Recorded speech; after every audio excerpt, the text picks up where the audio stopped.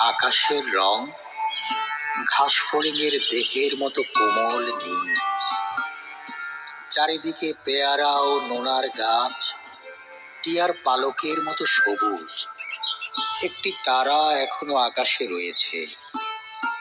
পাড়াগাঁর বাসর ঘরে সবচেয়ে গোধূলি মদির মেয়েটির মতো, কিংবা মিশরের মানুষই তার বুকের থেকে যে মুক্তা আমার নীল মদের গেলাসে রেখেছিল হাজার হাজার বছর আগে এক রাতে, তেমনি তেমনি একটি তারা আকাশে জ্বলছে এখনো।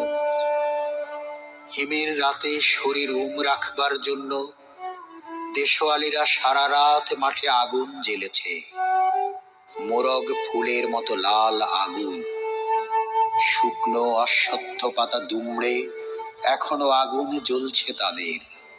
সূর্যের আলোয় তার রং কুমকুমের মতো নেই আর, হয়ে গেছে রোগা শালিকের হৃদয়ের বিবর্ণ ইচ্ছার মতো। সকালের আলোয় টলমল শিশিরে চারিদিকের বন ও আকাশ ময়ূরের সবুজ নীল ডানার মতো ঝিলমিল করছে। ভোর সারা রাত চিতাবাঘিনীর হাত থেকে নিজেকে বাঁচিয়ে বাঁচিয়ে নক্ষত্রহীন মেহগনির মতো অন্ধকারে সুন্দরীর বন থেকে অর্জুনের বনে ঘুরে ঘুরে সুন্দর বাদামি হরিণ এই ভোরের জন্য অপেক্ষা করছিল।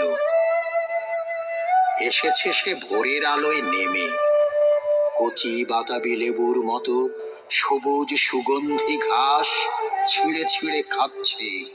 নদীর তীক্ষ্ণ শীতল ঢেউয়ে সে নামল, ঘুমহীন ক্লান্ত বিহ্বল শরীরটাকে স্রোতের মতো একটা আবেগ দেওয়ার জন্য। অন্ধকারের হিম কুঞ্চিত জরায়ু ছেড়ে ভোরের রৌদ্রের মতো একটা বিস্তীর্ণ উল্লাস পাবার জন্য। এই নীল আকাশের নিচে সূর্যের সোনার বর্ষার মতো জেগে ওঠে সাহসে, সাধে, সৌন্দর্যে হরিণীর পর হরিণীকে চমক লাগিয়ে দেবার জন্য। একটা অদ্ভুত শব্দ। নদীর জল মচকা ফুলের মতো লাল। আগুন জ্বলল আবার। উষ্ণ লাল হরিণের মাংস তৈরি হয়ে এলো। নক্ষত্রের নিচে ঘাসের বিছানায় বসে অনেক পুরনো শিশির ভেজা গল্প। সিগারেটের ধোঁয়া, টেরিকাটা কয়েকটা মানুষের মাথা, এলোমেলো কয়েকটা বন্দুক, হিম, নিস্পন্দ, নিরপরাধ ঘুম।